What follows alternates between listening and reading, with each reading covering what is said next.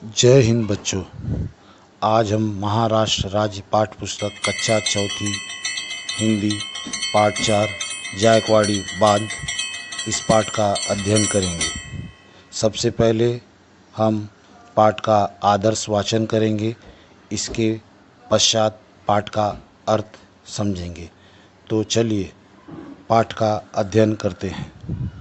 उस दिन पाठशाला के अंतिम कालांश में कक्षा में शिक्षक ने विद्यार्थियों से कहा, विद्यार्थियों, पिछले सप्ताह हम सैर के लिए गए थे। उस सैर का हमने आनंद उठाया। कुछ विद्यार्थियों ने इस पर सुंदर निबंध भी लिखे हैं। मनीष का निबंध सबसे अच्छा है।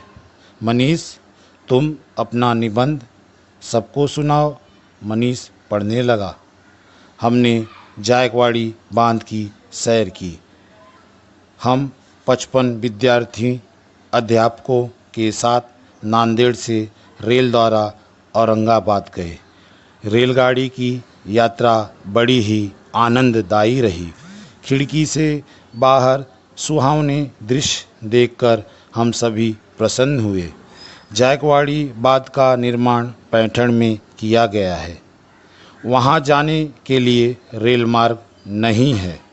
हम औरंगाबाद से पैठण तक बस से गए। हमने जायकवाड़ी का भव्य बांध देखा। यह महाराष्ट्र की सबसे बड़ी जल परियोजना है।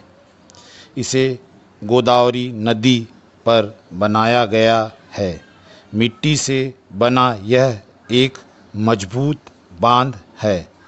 इसमें 27 दरवाजे हैं।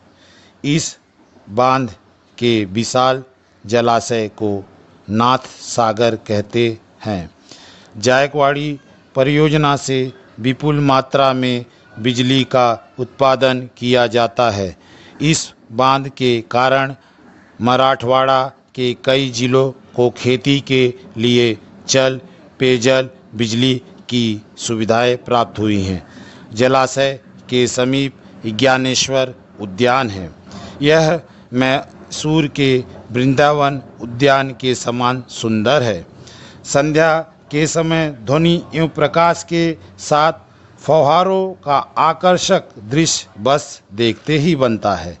यहाँ से कुछ दूरी पर अजंता एलोरा की गुफाएं, दौलताबाद का किला जैसे अनेक दर्शनीय स्थान भी हैं।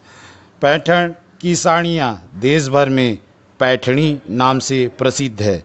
रात की गाड़ी से हम लौटकर सुबह नांदेड़ वापस आ गए। निबंध सुनकर सभी ने तो तालियां बजाई। तो चलिए बच्चों, अब पाठ समझते हैं।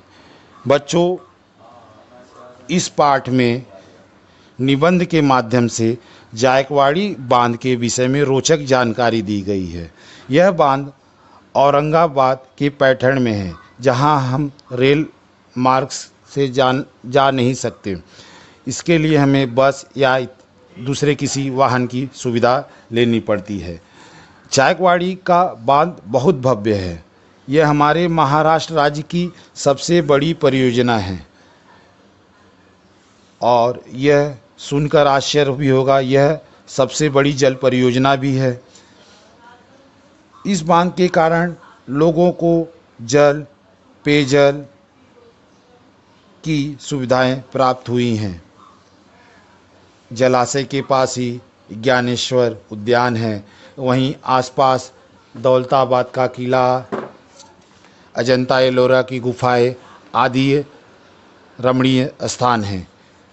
इस पाठ के माध्यम से लेखक ने अपने व्यक्तिगत सहल के विषय में जानकारी दी है। तो बच्चों, उम्मीद है कि आप लोगों को यह पाठ समझ में आया होगा। धन्यवाद।